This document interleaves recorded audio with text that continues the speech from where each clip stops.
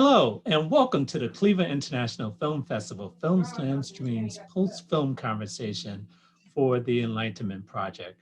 My name is Eric Siler, Professor of Film, Media Arts, and Communication, as well as moderator for this conversation.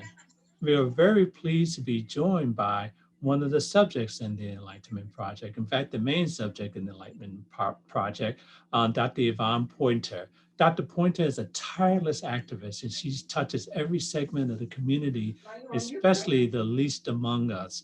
She's a frequent visitor to Ohio's prisons. She founded the Midnight Basketball Program in Cleveland, served as a facilitator and mentor for the CMSD's Girls Power Program, and is the founder of the longstanding women's support group, Positive Plus, established by the Gloria Pointer Scholarship Fund through the College Now, which awards a $2,000 scholarship to students at John Hay High School. The Gloria Pointer Team movement in Ghana, West Africa is currently in process of building its fourth school. She saw in a documentary, she established that to get at least one school built, but now they're on school number 4. So without any further ado, hello, Dr. Pointer, and welcome. Hello, Eric. How are you? I'm doing well, thank you. It's so good that you can join us today. I just want to take a few moments out just to have a brief conversation with you a little bit about the film that the students just saw. Can you tell us a little bit about how you got connected with the filmmakers, the Next Level Brothers, to actually create this documentary? Well, I've known Martell McConnell, one of the Next Level Brothers, ever since he went to school with my grandson. He was a young man with a big dream and a big vision and was doing great things in film. So when we had the opportunity to go to Ghana, he and his brother went with us to actually document the experience. So that's kind of how that happened. I see. So they kind of found out about your story and decided to come along to document your trip and decide to make a film out of it. Well, they had actually, as I mentioned, had been friends with my grandson, and I knew that they were young filmmakers and photographers. So again, when the opportunity came to travel to West Africa, I did invite them to go for that purpose. And what the students saw was the incredible documentary that they put together. Yes, they did. They did put that together quite well. Uh, in regards to the documentary, how has the documentary changed what you're doing in terms of your activism? Well, let me just say how it all came about with the young man, Anthony Tay, in the film, finding the piece of paper there about my daughter's homicide on the ground in Africa. Now, that story in itself, Eric, is almost unbelievable. It's like, yeah, right, prove it.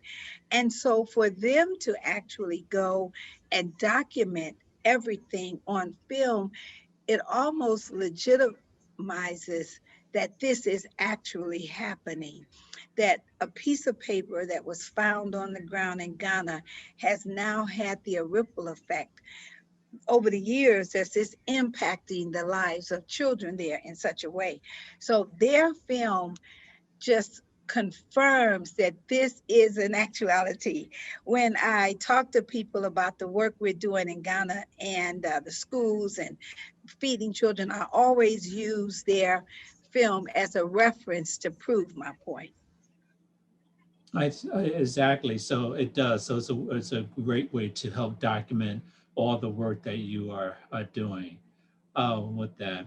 Let's get into the story a little bit itself. The story has been widely publicized over the years and so forth. Can you tell me how has your approach to, I guess, commemorating your daughter's life has changed from back in 1984 till now? Now that it's continued to evolve, and how do you think it will change in the future? Well, if I may start back to 1984, when my daughter Gloria Pointer, 14 years old, was on her way to school, and on the way to school was sexually assaulted and murdered. Her case remained unsolved for 29 years. But it was in that process, I think, that most of this happened because as a mother, I was really struggling with how to continue in life. And so I can tell anyone that it was service that gave me that motivated me. And so the part of in Ghana is just a component of the services that really have been rendered that helped my longevity. So that's pretty much it. It was after her homicide. I was just looking for reasons to live, reasons to get out of the bed, reason to comb my hair, reason to just to continue, and have found that service to others has been a great instrument with that process. Right, exactly. So, yes, you were looking for ways to just continue on. And now that's 30, 6 years have passed, a lifetime A lifetime. has passed. Um, what is next for you? Because you're never going to put out that flame at all. This is something that's with you for life.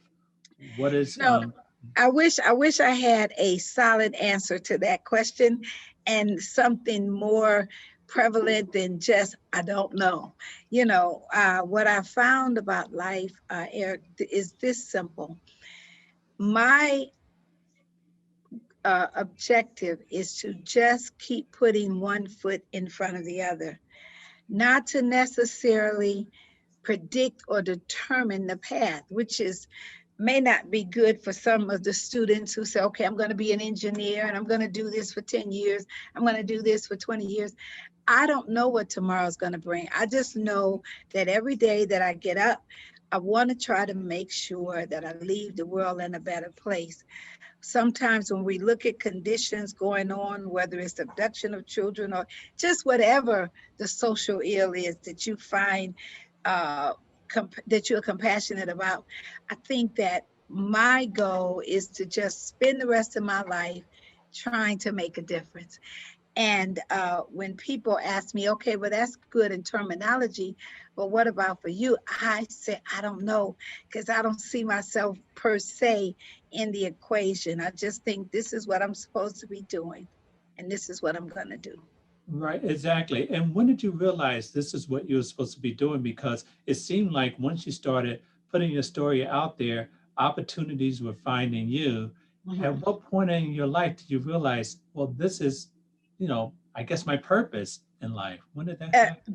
That's a very interesting question because I can remember in the beginning, early on, I was searching for someone that would do this. I never saw myself as that person back then. So I am a writer.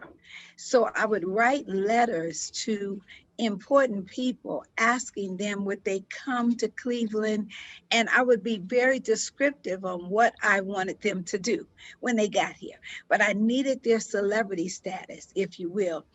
And I know your students don't know anything about Mr. T in the A team, but back then, Mr. T was a big, burly person, and I wrote him a letter. I wanted Mr. T to come to Cleveland, and I figured if he said, I pity the fool that murdered Gloria Pointer, that somebody would pay attention. Mr. T didn't come. Nobody responded. Well, I take that back. Mr. T sent me an autographed photograph of himself, which I didn't want. I wanted his presence. So along the way, I just did what I wanted them to do when they arrived. So you can see that I became who I was looking for, or was I always who I was looking for? I don't know if you understand what imposter syndrome is or not, but I suffer with it to this day. I keep thinking the real person is going to show up after some 36 years of doing it. You still don't feel like the person, but you just know that you're doing the work. Exactly. Yes, you're still doing the work. I just want to remind everyone we are talking to Dr. Yvonne Pointer, the main subject in the film The Enlightenment Project. If you'd like to ask questions, please put them in the Q&A portal and we will get to them as time allows. Um, well, one thing with the film, it talks about, I know the person who murdered your daughter, spent time in prison. Where is your heart at right now after all these years with the person who committed the murder? Well, I need to also talk just briefly about how the case was solved, and that is through DNA technology. I mean, it is an incredible uh, opportunity for your students to look in to what is happening today with DNA. When she was murdered, it wasn't that prevalent, but today cases are being solved left and right. So when we were able to get a DNA match after 29 years, which I knew from the beginning, Eric, that the case was going to be solved. I just didn't know it was going to take that long. So what we're doing now is helping other families to find resolution. But I had an opportunity to literally go to prison on death row and meet with that person face to face, not necessarily to ask him, why did you murder Gloria? But in our attempt to keep children safe, we almost have to understand the mindset of people who commit such horrific crimes. And I felt that if he worked with me, then together we can stop it. But of course, that didn't happen because he was still kind of feeling sorry for himself because he doesn't want to be in prison. But that's neither here nor there. So that's what I think, that right now, those of us who can need to work towards keeping this world safe, especially for innocent children. Exactly. And where's your heart at right now with the person who murdered your daughter? Were you able to forgive him or? Absolutely. I did that even before I met him. You need to understand that you cannot live a life with unforgiveness in your heart. If you do, I don't care what has happened to you, unforgiveness is a silent killer. The person, before I even knew who he was, I used to speak it in the wind. I forgive you, whoever you are. But I needed to know your face so that we can just move on. But you can't live and do this God work, if you will, with unforgiveness in your heart. You've got to make peace with it, whether you like it or not. I was talking to a young man the other day whose son had committed suicide, and he was really struggling with a higher power. And if it was one, and if one did exist, why was so many bad things happening? And he went on to tell me how he no longer believes, and he just doesn't believe, doesn't feel like he's good or whatever. And I said, can I give you an analogy that will help you with that? Right now, we're sitting under electricity. My service comes through a particular power. I don't like the electrical company because I have to pay a bill. So they're not my friends, but I need them in order to get the lights. So I can spend my lifetime saying, I don't like the electrical company. I don't like but I need the services. So I said, if you can think about it like that, you may not like this power that you want to call God or higher power. You don't have to agree with everything, but you do have to acknowledge that you need the services. A great analogy there. We do have one question. Question that's come in. The question is, can you tell us a little bit about the first time you met Anthony face to face? Absolutely. Uh, Anthony Tay was a 17-year-old boy in Ghana, you saw from the story. And he had this dream that he was supposed to start this great work in Africa in memory of Gloria. And he did this amazing, incredible services. He was doing it for 5 years. And then he invited me to come to Africa. Well, I don't know anything about Africa. How do you even get to Africa? And that's when I won the award. I think it's in the film, from actress Queen Latifah. I ended up flying to Ghana, and I stepped off the plane, and there was Anthony and all of these children singing an anthem that they had written about Gloria. I felt as if I was having an out-of-body experience. It's like, oh my God. And he looked just, I had talked to him on the phone and seen pictures and everything, but there he was in person. And it was just incredible to see them with the t-shirts on and to talking about her. And then after we went back, I think the second time and broke the ground for the school, then we went back the third time to open the school. All of this is so surreal, but it just affirms that your life does have a greater purpose than you can imagine. So to meet Anthony was just incredible. I just kept saying, oh my God, there is an Anthony Tay. Wow, yes, that was some moment there, I bet. Another question we have coming in is who or what has been the most influential in you creating the schools? So I think they're asking is there any single person or organization that was influential in creating the schools? Well, I gotta say, I would say Gloria herself, even though she's not here, number one. And number two, when I was younger, I loved learning. I loved it. But coming from the inner city in Cleveland, my life was sidetracked. I ended up being a teenage mother and dropping out of school. So I missed the whole educational experience, the prom, the college, the pledging, and some of which today I have regrets. So to be able to provide those opportunities for children, for people that I didn't get, it's like soul satisfying. I didn't get to go to college. Gloria didn't get to finish school and go to college, but somewhere in the world, someone is doing it in her memory. So I think that's the motivation.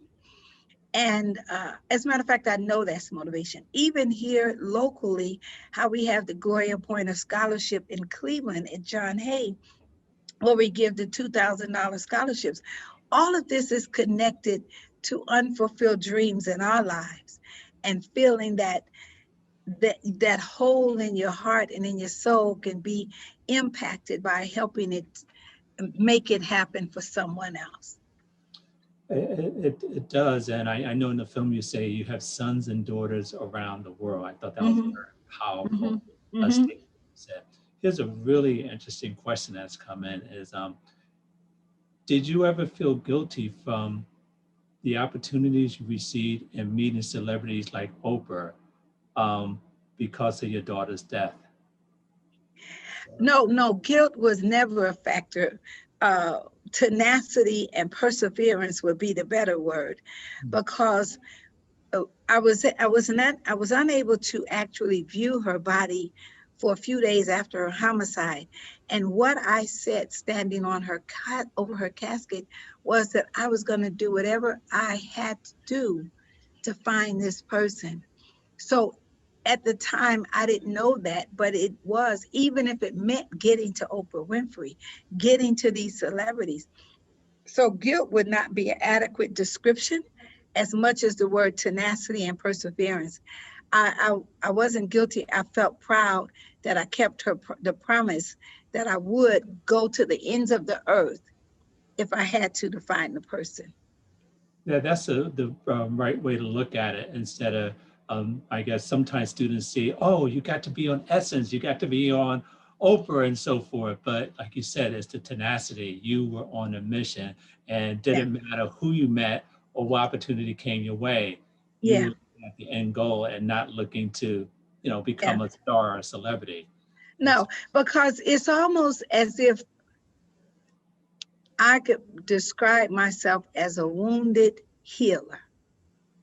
All of the accomplishments that I've been able to do have been on the back of a murdered child. So there's really no grandiose celebration it's all bittersweet. It is. I like that bittersweet. Have you how have you comforted other people who have experienced what you did? I don't know this, but I can only assume that other parents have come to you who have Mhm, had children, mhm, lost children in a mhm. tragic way. Yeah, absolutely. For the past 30 something years, even today, I'm planning a victims conference. My goal ultimately is to be an example that you can make it.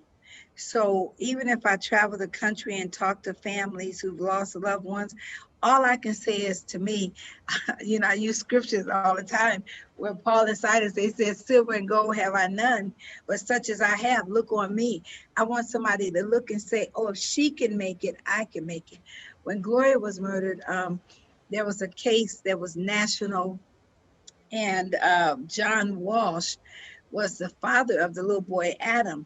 And I felt at that time, if I could meet John Walsh, he could tell me how did he survive it. So that's what I use my voice to be, to cry in the wilderness, if you will, as a light for other people to look and say, okay, I can get through this. This too shall pass. It too shall pass. And I know we're a little bit over time, but I just have just a couple more questions and then we'll wrap it up. I know our students have to go. Um, the fourth school that's about to open, can you tell us about when we can expect that school to open? And Well, actually, it's already opening. It's already open. We just built a basketball court and a playground. And so the students are welcome to inbox me or email me, and I would be happy to get them some information. We have people all over the world donating balls and books. And so it's actually already open. We are in the process of um, what is the word I'm looking for? Rehabbing an additional 4 schools, thanks to Sigma Gamma Rho Incorporated, who are now helping us. And so there's all opportunities for people who want to get involved, but the 4th school is actually and open as we speak. well, what are the names of the schools? I'm sure you're They're all under Gloria Pointer's name. okay. So Gloria Pointer 1, 2, 3, and 4, and so forth, I guess. Yes, just different villages. If you know anything about Africa, one is in the village of Antonkwa. So they're in all kind of different villages spread out throughout the country. I see. Well, good. And the schools are working with are in conjunction with the school system in Ghana. Are they considered public schools or private schools? The school. Gloria, the 1st school is more of a daycare-ish from kids 1 to 5, children 1 to 5. The other ones are working in conjunction with the school systems in Ghana, West Africa, yes. Okay. Well, great, great. Well, this has been such a wonderful and enlightening conversation. Excuse the little play there on words. And I love what you said in the film. You talked about that life is a gift, and you certainly have live your life to the fullest. And I hope the students that are watching this can draw some inspiration from you in terms of living their life to the fullest, no, amidst any type of situation that they face. Well, the students are welcome to contact me. I'm sure you guys will put up my email address or the website, and I'll be happy to have any further conversations with any who would like. Well, thank you very much. And Thank you, Eric. well, you're quite welcome. And I'd like to thank you, the students, for your interesting questions and participating in this important and invigorating conversation with Dr. Yvonne Pointer. I invite you to please look more into her organization, what she's doing, because she is about education and also about living life to its fullest. So there's no escaping Dr. Yvonne Pointer's influence on whatever you do in life. So I appreciate your time. And for those of you who are interested, please continue to follow us on clevelandfilm.org for the 45th Cleveland International Film Festival. I'm Eric Siler. Thank you. Bye. Thank you.